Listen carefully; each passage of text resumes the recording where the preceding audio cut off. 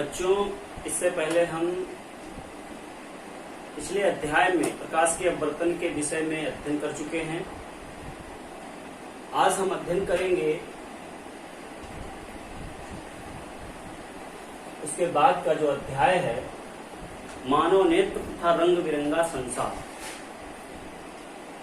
जैसा कि हम अध्ययन कर चुके, प्रकाश सभी वस्तुओं को देखने में हमारी सहायता करता है, लेकिन हम देखते हैं जिससे सारी वस्तुओं को, वो है हमारा नेत्र। तो आज हम मानव नेत्र के बारे में अध्ययन करेंगे, किस तरीके से कार्य करता है और इसमें कौन कौन से भाग होते हैं। आइए, मानव नेत्र हमारे बिल्कुल उसी तरीके से कार्य करता है जैसा कि कैमरे में जो पार्ट्स होते हैं वही लगभग हमारी आंख में भी होते हैं। सबसे पहले हम देखेंगे, यह है हमारा मानव नेत्र का एक चित्र। इसकी जो 3 परतें होती हैं, एक गोलक होता है, उस गोलक में 3 परतें होती हैं। सबसे जो बाहरी परत यानी जो व्हाइट पार्ट हमारा आंख में दिखता है इधर उधर, वो कहलाता है दृढ़ पटल, स्क्लेरोटिक।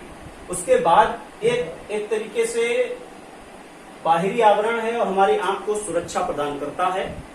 इसके बाद जो नेक्स्ट लेयर है, रक्तक पटल, या इसको हम कोराइड कहते हैं।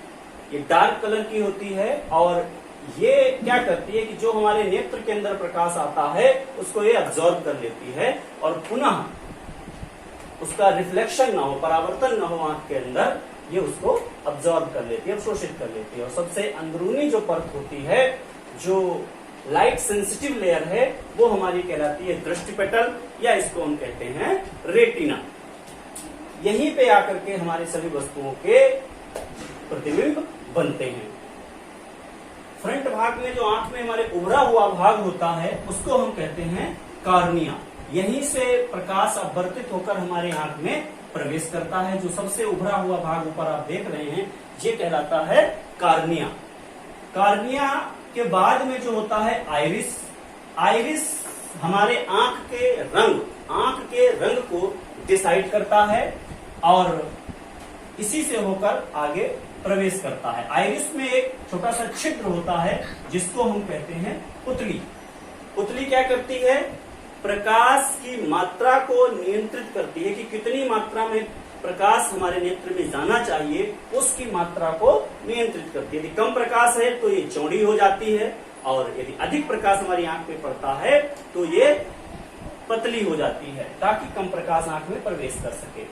और उसके बाद एक लिक्विड भरा रहता है जिसको हम जलीय द्रव या एक्वस ह्यूमर कहते हैं। उसके बाद में हमारा लेंस होता है, जो कि एक उत्तल लेंस है। आप देख रहे हैं जैसा कि उत्तल लेंस से अपवर्तित होकर प्रकाश किरणें आगे पहुंचती हैं, और बीच में एक लिक्विड रहता है, उसको हम कहते हैं काचाभ द्रव। काचाभ द्रव ये शॉक ऑब्जर्वर के रूप में भी काम करते हैं लिक्विड, और इनसे अपवर्तित होकर किरणें यहाँ पहुंचती है रेटिना पर, और यहाँ पर प्रतिबिंब बनता है। लेंस के ठीक सामने ये पॉइंट होता है जहां पे सबसे क्लियर और स्पष्ट इमेज बनता है, उसको हम कहते हैं पीत बिंदु। और हमारा जो नेत्र लेंस है वो मांसपेशी, पश्चमाभी मांसपेशी यानी सिलेरी मसल्स के बीच में फंसा रहता है, और ये मांसपेशियां इसकी फोकस दूरी को कम या अधिक करने में सहायता करती हैं, ताकि हम पास की और दूर की वस्तुओं को आसानी से देख सकें। और इसके बाद यहाँ पे एक पॉइंट होता है अंधबिंदु। अंधबिंदु वह बिंदु है जहाँ पे प्रकाश का कोई प्रभाव नहीं पड़ता है, और यहीं से प्रकाश सिराएं हमारे ब्रेन को जाते हैं। प्रतिबिंब यहाँ पर उल्टा बनता है। जो भी प्रतिबिंब हमारी यदि वस्तु सामने फ्रंट में सीधी है तो उसका प्रतिबिंब यहाँ उल्टा बनता है, लेकिन हमारा मस्तिष्क अनुभव के आधार पर उसको सीधा समझता है।